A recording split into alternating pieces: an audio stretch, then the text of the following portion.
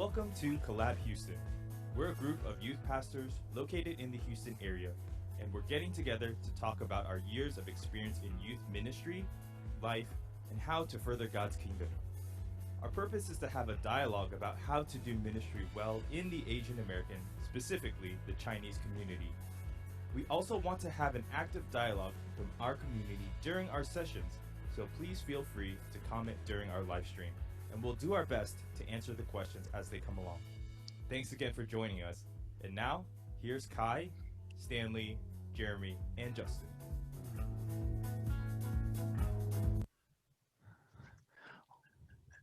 Did we do it? Yeah, we did it. Good job. I paused a little early. It just kind of looked weird. Okay. Welcome to Collab Houston, another episode. We are so glad that you are joining us today. A little bit early, yeah. Yeah.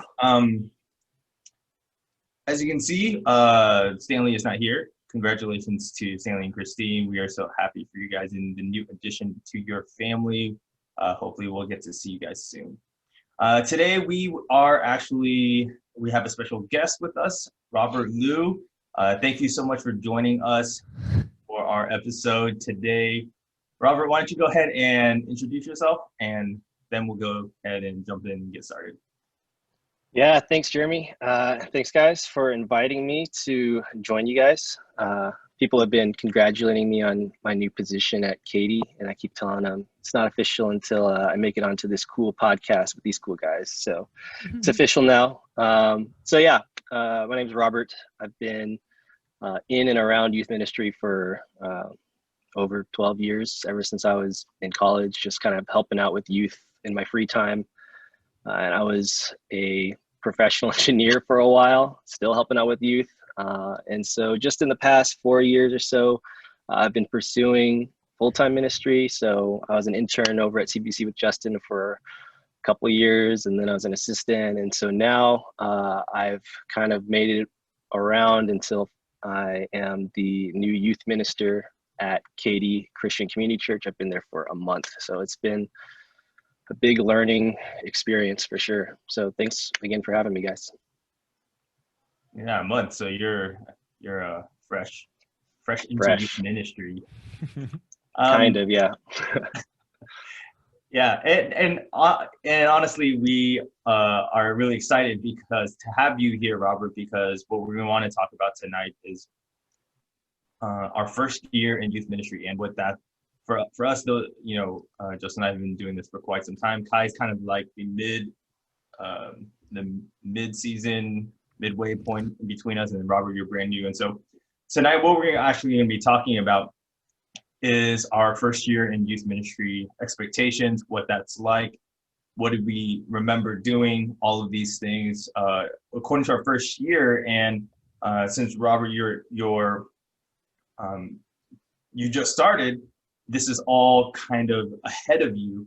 And so we wanted to have this conversation with you because it really will give us a good perspective of what it's like to come back, to go into something so brand new, and for us to reflect back upon our years of experience and our understanding of youth ministry. And so to kind of start us off, I wanted to ask you guys, thinking through your interview process as you were looking for jobs, as you guys graduated from seminary, what was this process like for you? How did you guys end up at your church, the church that you applied to? Justin, why don't we start with you? So I never wanted to do youth ministry starting off. I was pre-med and the goal was pediatrics. And so I remember after seminary, I took a year and I did English ministry interim at my dad's church in Atlanta. And so I think at the end of that, I was trying to figure out where I wanted to go. I think originally, Kai, I don't know if you know this, I actually applied for Arlington Chinese Church. That was going to be the dream, just stay at ACC. And then I needed to go to Atlanta, so kind of put that on the side. And then I never wanted to go back to CBC just because of my personal experience there. I mean, I like the youth group and everything like that, but I kind of knew kind of the baggage. And so I never really thought of applying. And then my parents were like, hey, I think you need to to at least give them a shot in applying, because you're still a member there. Like you still at least give them a nod and at least go through the process. If you don't want it, then, you know, don't do it. And so I went in the interview process really trying to not get the job. And then when they gave me my offer letter, that was another strike against CBC, and I was like, there's no way I'm taking this. So that was my process. I went in with a lot of negativity at CBC for at least for that church. But what about you guys? Where were you at on this? Justin, you wanted to go back to W, right? Who, me? Or you wanted to go to W? I never even heard about W. I never even knew what that was. Wait, no, you grew up at FPCC? I grew up at FPCC. And they never talked about WHCC? No, yeah. Man. Like, we never talked about, you know. Other churches. We never talked about other churches. Disaster. Hey, this is why we have the podcast, right? We're collaborating. Yeah, exactly. Yeah. So we can save a whole nother generation. Yeah. I mean, I knew about HCC because I had a lot of friends there. I knew a little bit about Katy. I don't know why, but I've never heard of W or CBC actually. For me, my story is a little bit different. You know, I think when I was getting ready to graduate, like my last semester in seminary, I was starting to apply. Where I was starting to like look at church openings and opportunities, and you know, it's kind of like one of those rabbit holes where like you can, if you're not restricting yourself, you can look at so many different options. And you know, for me, I think the longer I looked, the more I just felt like this wasn't what I needed to do, because I think I started to think about like, oh, I wonder how much this church is going to pay me. You know, I wonder if they're healthy, if they're unhealthy. I wonder all these different criteria that I think were pretty worldly, in my opinion. And so what I decided to do actually was, you know, I think there's a spectrum. You know, one end of the spectrum is you can print out 1,000 resume and send it everywhere. At the other end of the spectrum is you send out 0 resume and you just don't do anything. Most people are kind of in the middle, right? You just send out a few resumes and just kind of wait. You know, and this is a long story, but long story short, you know, I actually felt really convicted to not apply anywhere unless God made it really clear that that they wanted me to apply. And so, you know, I'm not trying to sound cocky or arrogant. Like I'm not like this famous seminarian that everyone wants to hire. Like no one knew who I was, you know? You know, but I think it was one of those things where it's like, okay, God, I'm gonna just leave it into your hands. If nobody reaches out to me, then I'm ready to just take the first year off and just like chill and bum at home, I guess. And long story short, you know, W, through a miraculous grace of God, you know, one of the parents, actually one of the people at W reached out to me. I didn't even know who, I barely knew that person. Told me that they were looking for a youth minister, and then that was what made me apply. And this is when you were in seminary still? This is my last semester in seminary. Yeah. Yeah, interesting. Right. That's a great story, especially since, you know, W is where you met your future, or I guess at that point, future wife, and then now you have a kid. That's awesome. Hey, Robert, since you're you just went through this experience, like I think this is going to be really easy for you to recall. So talk us through how did your process go? Yeah, for sure, fresh. So yeah, I mean, I was definitely different from Justin. You know, I've been going to CBC my whole life, so 31 years at CBC, and so, man, I told them, you know, when I left, I was like, man, you guys are family, like no joke at all. Like you are literally my family, and so it was tough to imagine tearing myself away from that. And I know that, you know, people are like, oh, you know, get out of your comfort zone and tear yourself away from that. I was like, dude, I wish I could serve you guys and minister to you guys forever. And so honestly, like that, like one of my dreams was like, I want to be here. But I think just more and more, I just felt uncomfortable and kind of feeling like I had to leave. Yeah, I mean, my interview process and application process, kind of like Kai's, there's definitely a lot of different things that you can apply for. Less so during a global pandemic. So there is, you know, a lot fewer job opportunities. So, there is definitely a few that I kind of got into deeper, I guess, research on. And so, yeah, I mean, my interview process and application process, kind of like Kai's, there's definitely a lot of different things that you can apply for. Less so during a global pandemic. So there is, you know, a lot fewer job opportunities. So there is definitely a few that I kind of got into talks with, you know, like final two even. And so I was in final two with one church, a pretty big multi-ethnic white church.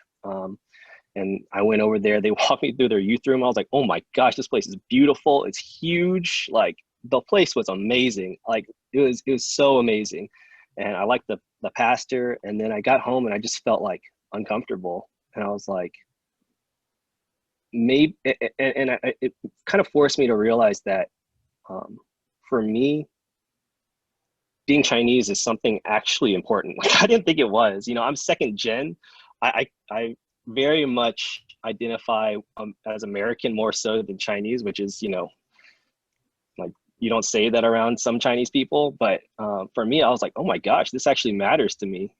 Like it's hard for me to imagine ministering deeply to, or it's easier for me to imagine ministering deeply to people that I kind of resonate with, that I share background with. And so as I started to think about that, I was like, man, I know that there's a position at Katy, and I grew up in Katy. And so there are kids that are going to the school that I went to in Katy. And so I was thinking, like, if that is something that's important to me, that I'm just now realizing is actually significant, I was like, man, I need to at least apply. And they were actually past the due date for applications, that I asked them to make an exception for me, and they're like, okay. And so yeah, it ended up working out, I guess. So that's kind of how I ended up over there. Rob, you bring up a good point. Can I ask Jeremy, like, or anybody who could answer this one? When we're talking about applying for churches, was there a and Robert explained this one, but for the rest, for you too, why Chinese church or why Asian church, right? Because I mean, like for me, it was kind of like that's the reason why I don't want to go back. But for you guys, why did y'all even think about going to either back to your home church or Asian church or these type of things? Jeremy, I'll throw it to Jeremy, you. you want? Yeah. Yeah, Jeremy, you want to go first? I mean, Jeremy, share about your story too, about how you got to FECC. Yeah. I mean, did we talk? I think we talked briefly about this in another episode, but I ended up getting fired from my job at Dell when I was working in Austin. And then I was just being a huge bum at home. And I got a phone call from my mom saying the youth internship position opened at FECC. And I turned her down immediately. I was like, I have a bachelor's degree in communications. I don't want to be an intern somewhere, you know? It's very, very arrogant. I think really it's one of those moments where God says, you know, I need you to walk through this door and be faithful. And so I applied. My journey into full-time ministry is very strange in the sense that I interviewed for the internship position. And as I was interning under Pastor Sam, or he was just Sam at the time, he worked through his promotions into minister and pastor. He brought me alongside, and so he ended up creating this full-time position for me to slide into full-time ministry. So in 2010, I don't even remember interviewing for this position. They just were like, you're going to go from part-time to 3/4 time to full-time, and then full-time starting in 2010.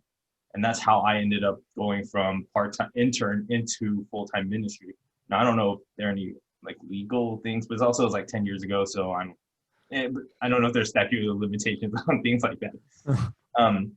But to answer your question, Justin, the Chinese church, one of the things that I realized very quickly early in my ministry was that there is such a lack of people who understand what the Chinese Americans or the Asian Americans go through.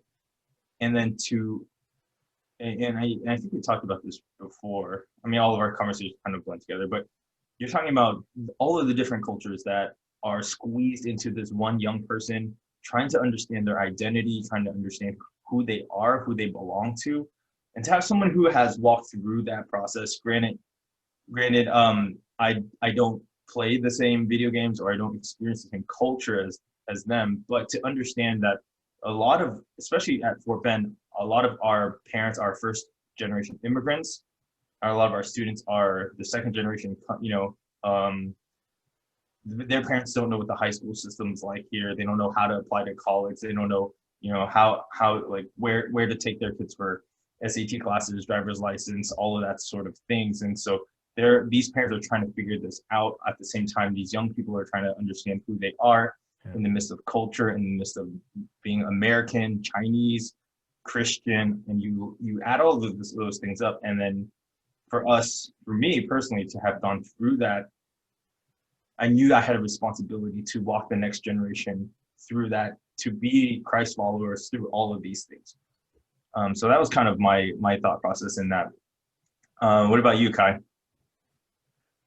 Yeah, I think it was, it was definitely tough, because I've interned at a couple of Chinese churches before, at my home church in Austin, and like I saw a lot of really ugly stuff, to be honest. Like, I learned a lot, but okay, I'll tell you all a story, and I'm not going to share any names, but I remember I was part of a church where literally in staff meeting, a conflict came out, and one of the pastors just walked out of the room, and then 5 minutes later, we all get an email of his resignation. And then, but then he took it back, and things were kind of reconciled, but it was ugly. And I remember for a really long time when I was in college, when I was starting ministry, I was like, yeah, I don't want to do Chinese church. This is too messy, too much politics. But, I think throughout that late college, early seminary years, the Lord was really shaping my heart as well for the Chinese population, Chinese church. I remember I had a conversation with Pastor Gaylor from Austin, and this is a render years ago. And I remember I had a conversation with him, and I was really struggling with feeling like the Chinese church is really disconnected. Chinese congregation, English congregation, and there just was a lot of division. And we speak so much about unity, but yet I was like, I don't see any unity. And I think Pastor Gaylor really helped me to see and understand that, unity is not necessarily just like everyone is best friends and we all know each other, but I think if we're united in the same goal to pursue Christ and to fulfill the Great Commission, in some sense, that is unity. And I think he helped me reconcile some of the bitterness in my heart against the Chinese church. And, and one more thing I remember that was really helpful for me was I was talking to a pastor friend of mine. This is when I was in seminary, and he was sharing with me about how, if immigration ended today, like today, the US no longer allows anyone to come into the country permanently forever, it's still going to be another 80 years or so before, these, what we deem as first gen immigrant Chinese parents, before they're completely gone. So as long as they're there, you're going to have second gen Asian American, youth and all that stuff. And that was really kind of mind blowing for me, that it's like, I'm living in a generation where immigration is going to be here forever.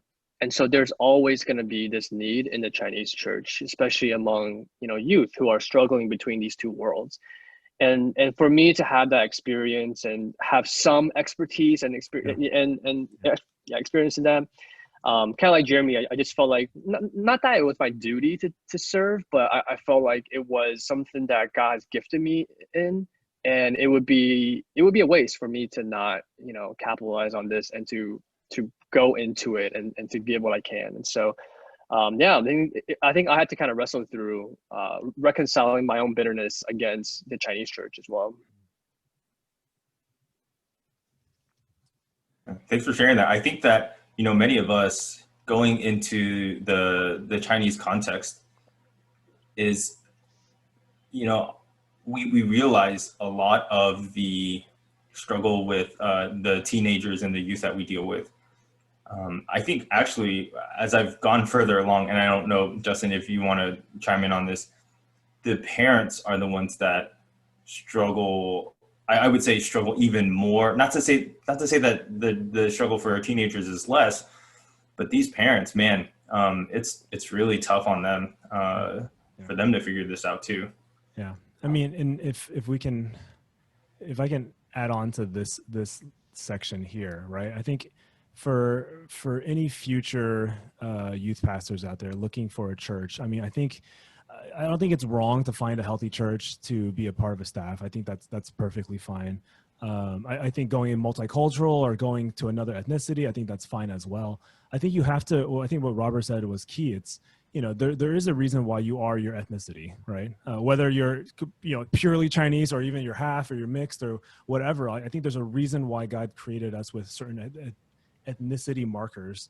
And, you know, there are, you know, advantages of discipling to not just students, but also to families and stuff. But, and I think to answer your question, Jeremy, on what are some of the big needs when you're looking into churches to apply for, like, again, nothing wrong with the healthy ones, but I mean, there's a lot of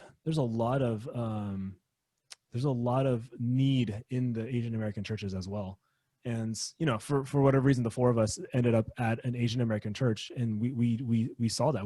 I think I don't know if we were naive to the issues, but we jumped in and starting to uncover some of, like, a lot more issues. But I think that's how we get the front door. That's the question of application, right?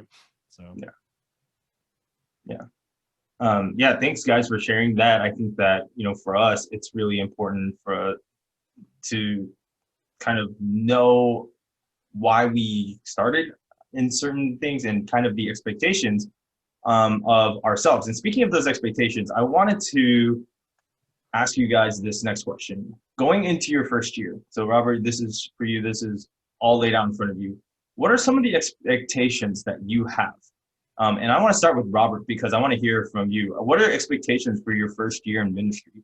And, like, how do you want to, I guess, execute those expectations, or, like, yeah. Well, yeah. Thanks, Jeremy.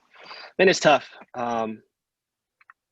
The week before I officially started, I had a meal with one of the pastors that I was under, Oleg, and I was just with his family, and then his kids kind of went off to do some stuff, and I was just with him and his wife, and they were giving me advice. And one thing that they said to me, and I was like, man, that's gonna be my challenge this year. He was like, hey, man, no matter what, people come first, right? Those relationships are the most important thing in your ministry. And I think he knows me, where I can get a little bit task oriented. I can get a little bit, you know, structure, system focused. And so I was like, you know, coming into the job, I was like, yeah, like, I gotta be relational. I gotta be so like intentionally relational. And then, so that was my expectation kind of going in. And man, I don't know if you guys have ever tried to meet 100 new youth on Zoom. It's horrible. It's actually just like Kai messaged me today asking me about seniors, if my seniors want to do something. I was like, okay, I got to figure out who they are first, and then what their phone numbers are, and then I can text them. And I have to say, hey, this is Robert from Katy, right? Because you don't know me. You know, you've seen me on Zoom before. That's about it. So, I mean, and that was one of my expectations, right? Coming into the first year, I'm like, look, the first year, I just want to get to know you guys, you know, because I know that while I was at CBC, there's a lot of leeway for, you know, look, I mess up something, you know, my kids are like, hey, there's grace because I know that you care about me. You know, you've toiled and you've suffered and you've sacrificed all these years. And so you've got this built-in, not credit, but, like, you know, like there's something there that's foundational. And so me coming in, you know, definitely one of my biggest expectations was like, hey, like, I don't really want to come in and change everything. I don't really want to come in here and revolutionize things, but I want to come in here and get to know you guys and set up for, you know, 5-10 years down the road. So that was one of my biggest expectations. And I guess another expectation was, this is going back into kind of why I ended up at Katy. I think in the past, and it started to change just a little bit, Katy was kind of a place where, like I said, 100+ youth, and then basically no lay leaders, no adult leaders. I always asked Randall, who is the previous minister, I was like, I don't know how you do it, man. 100 kids and just you, that's insane. You know, that's impossible. And so one thing I was like, hey, like, this is a place of great potential. And one of my expectations was like, hey, I'm gonna go and I'm gonna try to find people that share a desire to see these kids reached, who also even came from Katy and the Chinese church, and who also, you know, might be willing to jump into this with me. So that was one of my expectations. And obviously the expectation was just to you know, come in and suffer for a while. And, you know, we know that this job is hard. And I knew going in, I was like, okay, yeah, it's going to be hard. I'm a, you know, just kill myself in work and, you know, put my heart out there. But man, like, honestly, this whole thing has been a lot harder than I ever thought it would be. Not because of, in large part because of the circumstances. But yeah. Yeah, thanks for sharing that, Robert. I can't imagine starting off in ministry in this format. It's such a crazy time, and I think for you to jump in, it takes a lot of bravery and a lot of a lot of guts to throw yourself into that. So thanks for sharing that. I really appreciate hearing that. Let me turn it to you, Kai. How about you? What were some of the expectations for you as you're going into your first year? I didn't have a lot. I mean, okay, I'm going to be very honest. Like, you know, this is not the primary expectation, but I definitely had an expectation that I wanted to find my future wife. I knew it. I'm going to be very honest. I knew you were going to say that, man. I knew it, man. Dude, I mean, I was waiting for it. I was a single man. I was going to a church that I literally knew nobody. I was like, come on, there must be like girls here that someone must be it, you know? Well, you know, ironically, the someone wasn't even from the church. So this is true. So that was an expectation, and God was so gracious to me. And so that's, yeah. Wait, what's that timeline between starting off and then finding Michelle or meeting her? It was quick, man. Really? You jumped into camp and then she was counselor, and then how was that? Was it 2 years? I started on July 1st. And then actually, it was a funny story. I mean, I don't know if you guys have heard of something like this, but I started on July 1st. I worked for like 2 days and I left for 2 weeks for vacation. Left for 2 weeks. I came back, and then basically it was camp time. So there was like one more week of in-office work, and then we went to camp. And then at camp was where I met Michelle. So like less than a month of working. So we're also Jody says that she knew that this was happening too. So Pastor Jody literally before, it was like, I think maybe like a week before camp, she was literally like, Kai, you cannot date your first year of ministry. You cannot date. And I was like, oh yeah, okay, whatever. You know what I mean? I wasn't even like, I didn't really see any potential. Like I just blew it off, you know, but well, sorry, Jody.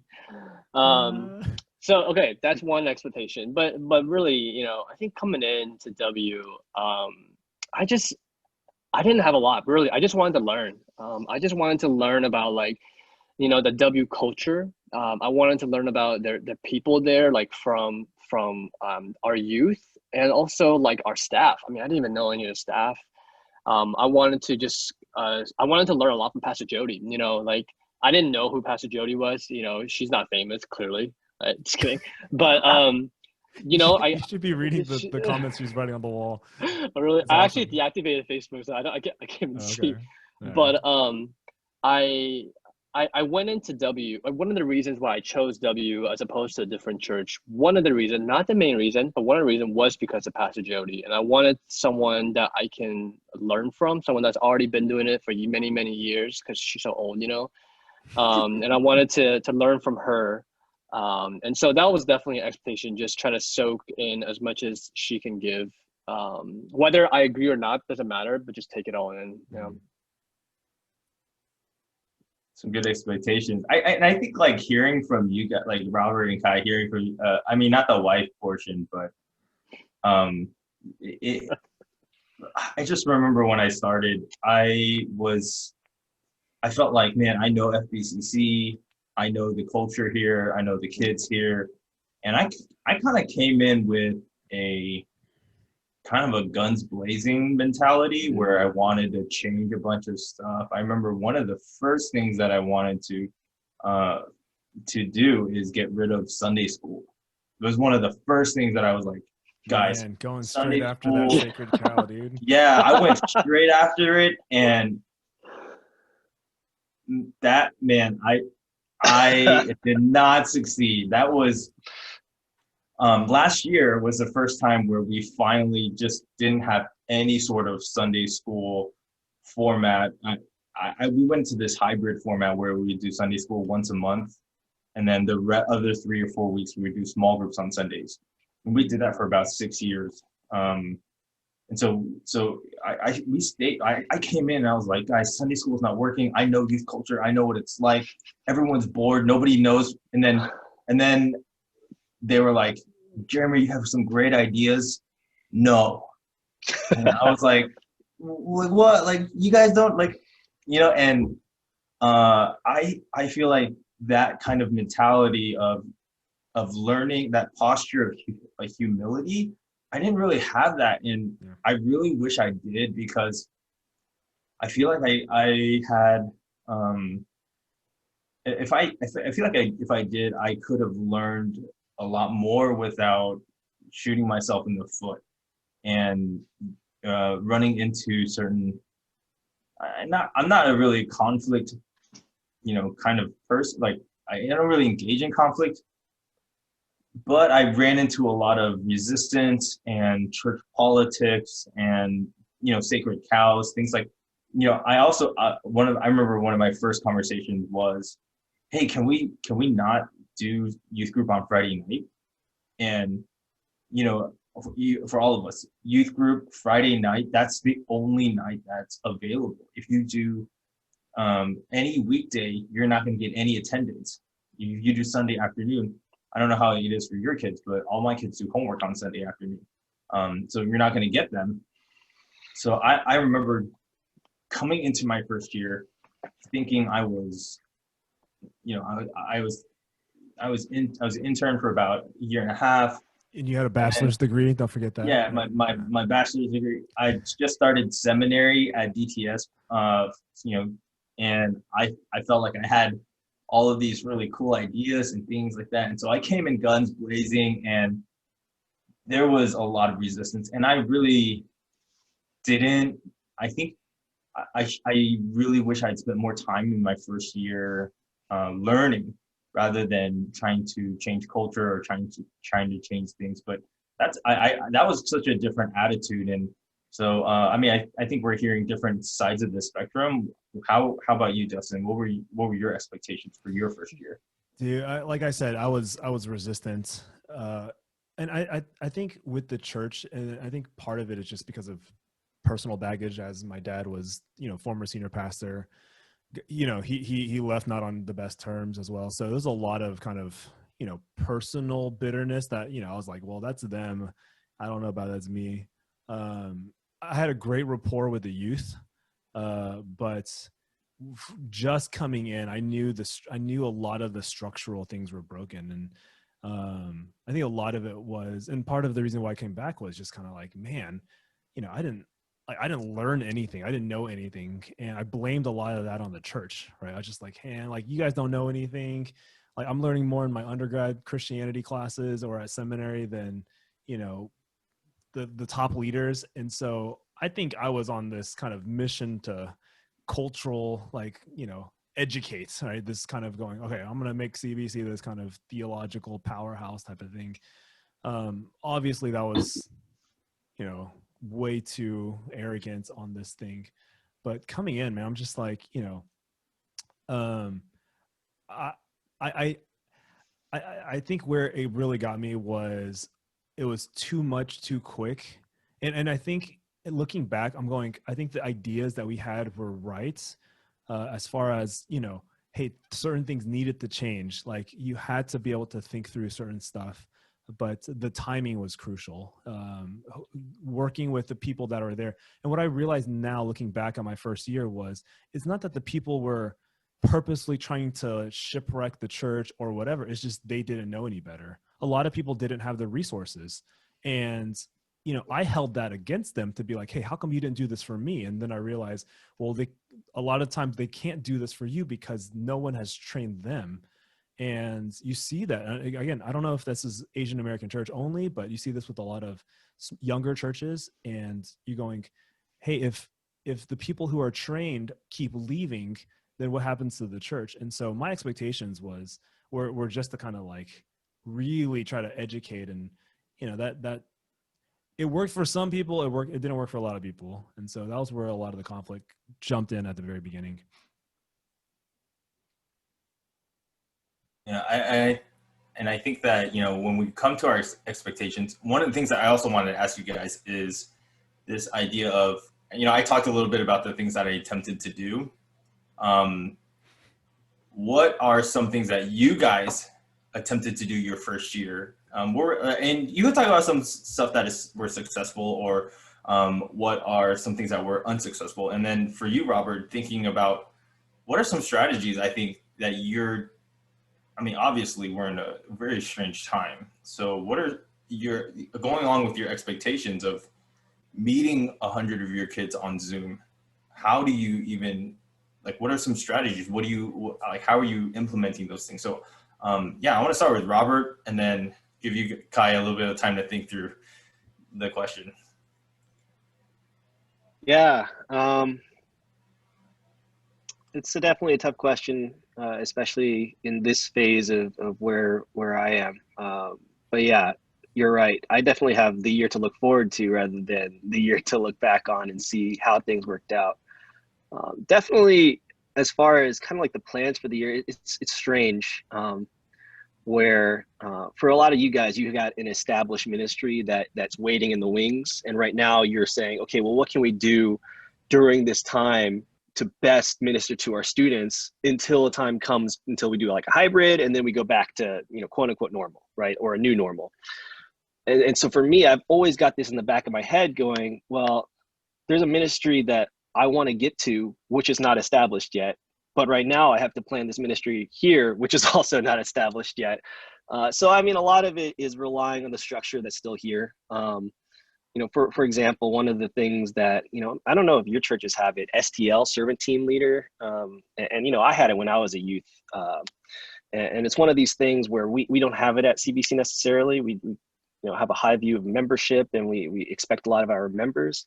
And so Randall was telling the applicants for the STL, hey, I don't know if Robert's even gonna want STL. He might abolish you guys. And so, you know, like I came in and I was like, hey, you know, like I said earlier, I'm not here to like reform you guys and say like, you've been doing everything wrong. You know, a lot of it is I'm relying on the structures that are there, and I'm tweaking them slightly. And I'm being super flexible with them and saying, you know, there's already been just a couple changes, which I didn't think were huge changes, where I got some pushback where people like, that's not how we do it. And I'm just like, okay, well, let's try it this way. I think it makes sense for, you know, where we're headed. And if it doesn't work, that's all right. You know, we can change it. This is not, I don't want to dictate to you guys, this is where we're going, you know, get on board or get out, you know? And so for me, as I'm planning, you know, one thing that we're trying to do, you know, as all of us are, you know, the big question has been, okay, well, how are you going to do ministry online with students? And so a lot of it has been revolved around that. One of the huge things, you know, you mentioned, Jeremy, that Friday nights is the only day that we can really do stuff. I came in and I found out they've been doing stuff on Wednesdays with the kids also, in addition, all summer long. And I was like, well, how many kids have been coming? And it's been about 15 middle schoolers and 20 high schoolers. And I was like, okay, how many did you start off with? And they're like, I don't know, like 20 and 25. I was like, you guys lost 20 over the course of the summer? That's incredible, you know? And so one of my kind of goals, I guess, is to keep the things that are going well, to keep going, because there's something there. You know, I keep telling people, I'm like, if you can get a bunch of high schoolers who are stressed out of their minds with school to come on Wednesday night and share and pray with one another for an hour, you've got something there. They've figured out that there's something that you're offering on Wednesday night, something that's available on Wednesday night that they need, that is beneficial to them. And I'm like, yeah, let's do it, right? Let's keep this going. And in fact, let me see how we can make it better. And so for me, coming in, a lot of this is, like you said, learning the culture, learning what's already there.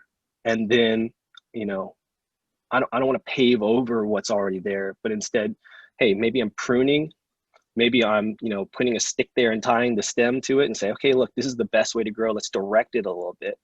But yeah, I mean, that's a lot of kind of what I'm hoping for. I don't have a ton of directives, or fixes. A lot of it is, hey, let's just keep doing what we've been doing. And I want to do it for a year. And maybe then I'm going to go, okay, well, look, this doesn't work as well as we'd want. This doesn't really fit into where we're headed. And then we start changing things. Because I mean, like you said, Jeremy, I think I learned from you guys, you and Justin, and some of, the other youth leaders that I know of going in guns blazing. It's tough. And you encounter a lot of heartache and a lot of resistance. And so for me, yeah, a lot of it is going, hey, look, they do it. They're like that for a reason. There's an established culture, and you can't shift culture overnight. It's something that again, like I said, you have to get the buy-in of the people. And so for me, that's huge. Yeah, I definitely think that is the right attitude going into your first year. And I'm really excited to see what your ministry is gonna, what's going to come out of your ministry. I mean, the fact that you can do Wednesday nights, that's awesome. So yeah, thanks so much for sharing that. Kai, I'm going to turn the question to you. What are some things that maybe you attempted your first year, things that went well, things that maybe didn't go so well? I mean, I can share some stories, but I mean, I would say off the top, like overall, I definitely didn't like, I don't think I came in guns blazing. I mean, if I had a gun, it was like a water gun. And, I didn't really come in with any big plans to change anything, but I will say that I definitely came in doing a lot of evaluation of what we are currently doing. And actually, it was probably in year 2 where I started to recommend a lot of trimming down of certain things that I felt like, was not really purposeful. But, I remember when I came in, definitely one of my first responsibility was to take care of our Friday night fellowship. And so that was tough just because I think attendance wise, it wasn't great. And, we didn't really space wise, we didn't really have our own space. We still don't have our own, youth space. And so we were kind of limited and restricted. It was, even with volunteers, there was not a lot of leaders helping out on Friday night. It was really just me, Jody, and 20 plus youth or whatever. And so I remember so many times where I'm running back and forth trying to grab stuff. I remember one time I wanted to be creative. I was like, oh, we're gonna do a Ignite a Friday night fellowship. We're gonna do a fellowship night called Frosty Friday, and where I bought everyone Frosties from Wendy's, right? I thought it was cute. I thought it was fun. And then I'm running back and forth to Wendy's, and then the cashier person dropped my entire tray of Frosties, and I have to redo it. And then I'm bringing it into the church, and it's melting, and it was just a mess. And I was doing it by myself. And so I think it was just tough. I think trying to do a lot of things that first year. Some of the other things that I did that I'm really thankful for. Which actually, before I say that, I will just say that, my first year, to anyone listening, not just Robert, but to anyone who's listening, I definitely think it's a good idea to just try as many things as you can, as you're capable of, maybe because just capacity wise, you don't want to burn out your first year, but try things, because even if it sucks, even if it doesn't work out, well, now okay, that didn't work. And I would rather get that out of the way in the first couple of years than later. But one of the things that I had the privilege to do was to decide on some of our mission trips. And, I came across a organization that we partnered with this summer that basically does evangelism training and outreach to different parts of the US. And we still partner with them 4 years later, and so I've loved a lot of what we've been able to learn from those mission trips, and that's something I would say I'm really proud of. That, you know, I mean, obviously I didn't come up with this organization or anything, but I'm really thankful that I made the push to go in this direction, and we've been, you know, steadily, consistently going in the direction of outreach and evangelism being on the forefront of our ministry. And so, yeah, you know, but to be honest, I didn't really try too much because I didn't, yeah, that just wasn't really my expectations coming in. What about you guys? You know, the veterans, two of y'all. Man, it's Jeremy. You can go first. I'm still trying to remember what my first year expectation was. That was like 20 years ago. I mean, I kind of talked about the things that I tried my first year and backfired. But I, as Kai, as you were sharing about the missions, I think that one of the great things, especially in your first year, is when you have the energy and you have the ability to do almost all of the things. I do remember my first year as well, doing a lot of the work and remembering that I felt like I needed to put in the work and needed to put in the face time, simply because I mean, I had the time, I had the energy, I was single, I was able to do a lot of these things. And one of the things that I remember wanting to implement as I came into full-time was, and Kai, you were talking about the missions thing, because I think that's where you're passionate about, and that's really where your heart is.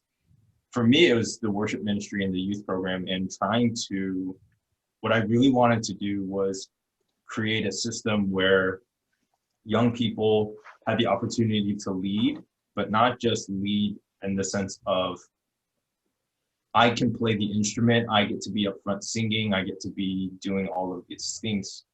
I wanted an opportunity for discipleship within that.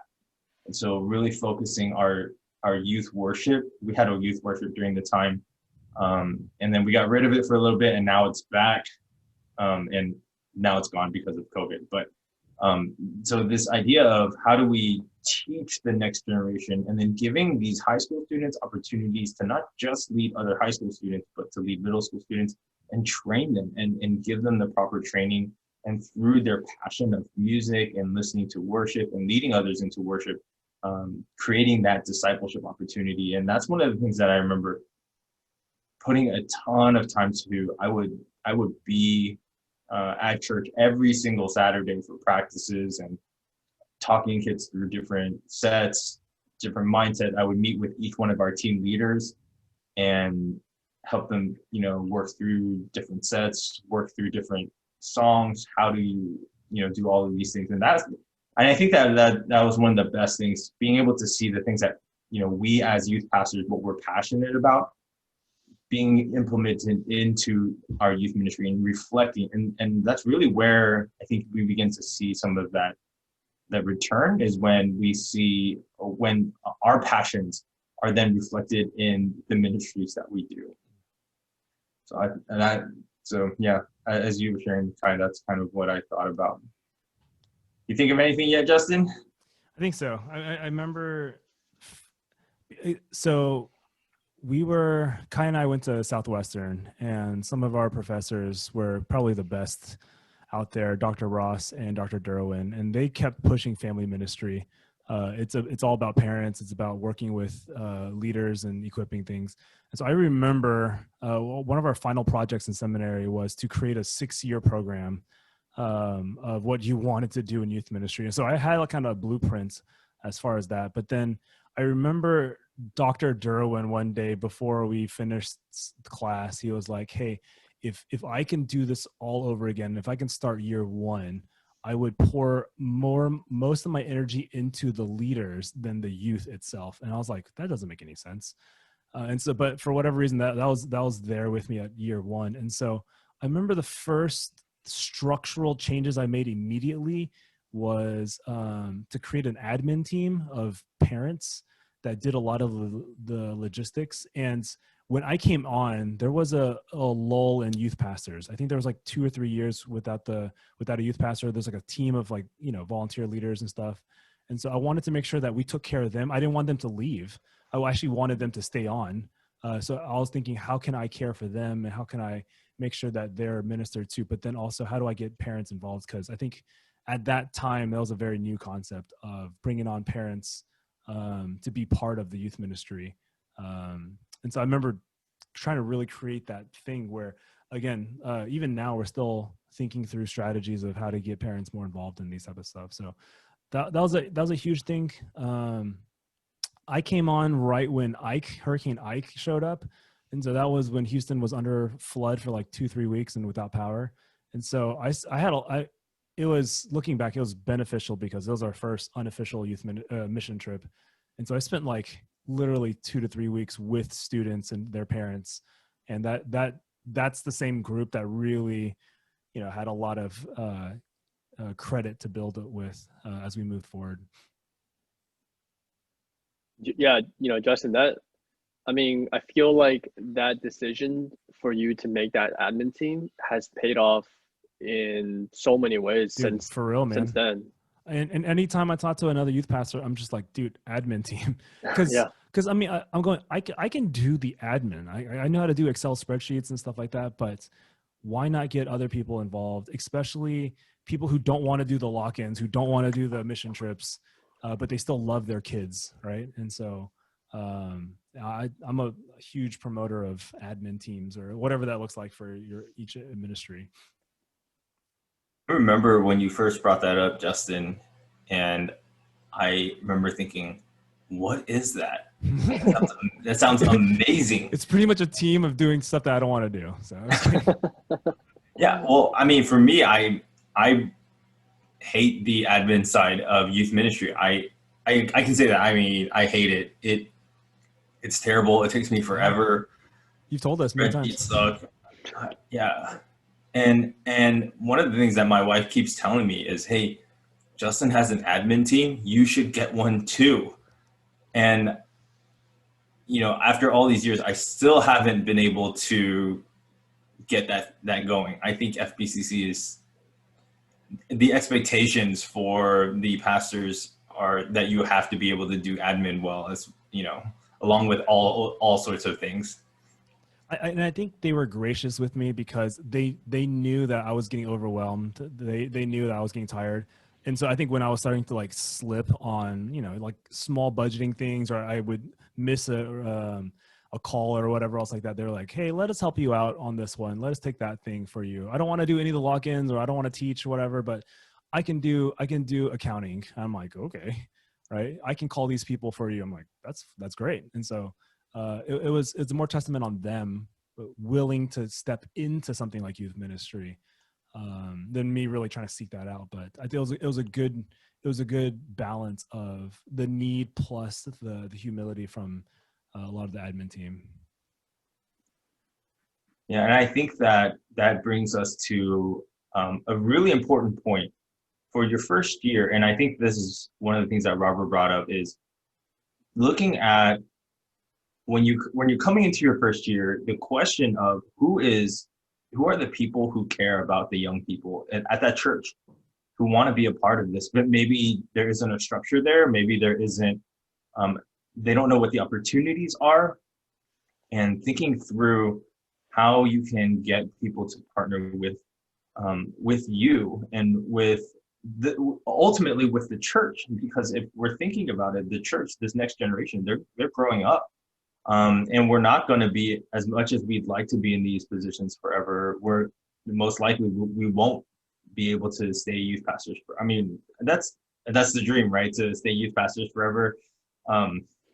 But I think so I guess what I wanted to bring our conversation to, as we're kind of wrapping up, kind of the last question for us is, as we're thinking through what kind of advice would you give for someone who is starting their first year in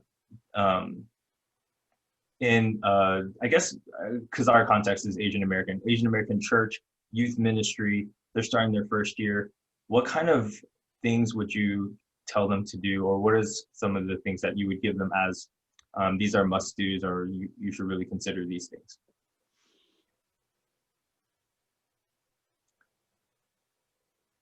I guess let me go ahead and answer, because I'll just kind of start us off. I think, one, understanding what you are good at and getting someone who can, that team that kind of what Justin was talking about. For me, the admin team, my year one probably would have been money for me. Probably would have made my life incredibly easy. And I will say this, especially with the Chinese church, the expectation for the pastor is to do almost everything, to wear almost all of the hats. And it's very much so at FBCC, where if the pastor is not there, people will kind of, and I shouldn't say if the youth pastor is not there, there's a lot of things that don't get done, or a lot of things that don't get accomplished. And so finding the people that can really support you in your weakness in the areas that I feel like, for me, is really the admin side. Not very good at it. I get really frustrated with spreadsheets and logistics, and it takes me forever. I remember one of the things that I was doing was I was doing camp very early on. I was doing a camp spreadsheet, and I was trying to figure out why my names list didn't match up of something. And I spent 2 hours, and then afterwards I texted one of our friends, and I was like, and this took me 2 hours. And it's actually during our small group I was sharing, and my small group leader was like, oh, there's this thing called VLOOKUP. Do you know what that is? And I was like, I have no idea what you're talking about. It's like, this could have been fixed within 5 seconds. And I was like, you're telling me I spent 2 hours doing this, you could have fixed it in 5 seconds. And he was like, yes. And from that point on, I was like, hey, anytime I had any kind of spreadsheets, just ask, and I think building that team that can really help support you, especially in knowing where you're not as strong, is going to be very key in getting through your first year, especially knowing that you have all of these expectations from the church. So that would be my answer. Justin, I'm gonna throw it to you next. All right. I think one thing that has sustained throughout the whole thing is, just I say be a student, right? And what I mean by that is be a student of the students, right? Don't just assume that you know students just because you're either close to their age or you're just an expert in youth culture or whatever. I think every kid is different. I think every year a kid changes as well. And so I would say always be humble enough to be a student of students, no matter how long you've been in youth ministry. Be a student of parents, be a student of youth culture, be a student of scripture. And so it's this constant learning aspect, right? And I think again, Ecclesiastes, right? There is a point where it's just, the reading of many books is tiresome and weary and all this type of stuff. But, as we're moving on into ministry, right? We're never done learning, because there's always things to be taught. We're never done, and we're never the experts. And so I think, again, the more you know, the more humble you should be, just because you start to learn more and you realize, oh my gosh, I really don't know anything. And so it kind of keeps you at this humility phase of going, hey, I want to do my best, but my best I have to put the work into the research and the studies and the time spent with individuals, and spending coffee and, lunches and dinners with people, right? And getting to learn who they are and trying to figure out all of these type of stuff. It's going to take a lot of investments. And so I think year one, moving all the way throughout ministry, it's, be a student of all of the different categories. And I think that would be huge, right? I'll throw it to Kai. Yeah, thanks, guys. I totally agree with what both of you guys have shared. For me, I'll share one that's, I would say, practical, and one that's a little bit more abstract. For us in the Chinese church context, like, I would say practically, your first year, like, talk to the parents. And I mean, just talk. Like, I think the goal is, like, encourage and empower and equip the parents for discipleship of their teenagers. That's the goal for sure. But your first year, just talk to them, right? Like let them see your face, let them hear your voice, let them shake your hands. Like obviously right now, Robert, I think that's tougher for you, but just in general, like talk to the parents, because I think it helps in so many ways. It helps immediately because, let's be honest, a lot of our kids, they're coming because their parents are either forcing them or encouraging them to come. And so if you have your parents, if the parents, kind of like the youth pastor, then you're going to get more kids. But even I think down the road, man, it's so beneficial when you have certain questions about their youth, certain conflict, certain dynamics that you need a little bit of, guidance, or you just need to kind of confront the kid's parent. I just 2 days ago, I had to call one of the parents because there was just some issues with her youth, and I think honestly it's always a little bit scary just because like I'm not in that position, I'm not as old as they are, or sorry, it's intimidating, but it pays off in more ways than one. And so I would just say practically, like, talk to the parents, get to know them, be warm, be welcoming. If you can speak Chinese to the parents who know Chinese, because that'll give you bonus points for sure. And then I would think second and more abstract is, I would say you got to give a lot of grace to yourself. Give yourself a lot of grace. First year, especially if you're highly ambitious, maybe I wasn't, but like, if you're highly ambitious and you don't give yourself a lot of grace, I feel like that's the recipe for disaster. Like that's how you burn out, when you have such a high expectation for yourself and you don't meet that goal, and then you just get discouraged and you just kind of go down this deep path. And so I would say give yourself a lot of grace to make mistakes, or to take it slow, or to fail. I would say it's harder down the road to give yourself grace. For me, I'm in year 5 now, and like I would say it's hard these days sometimes to give myself grace because I have much higher expectation of myself and my ministry these days.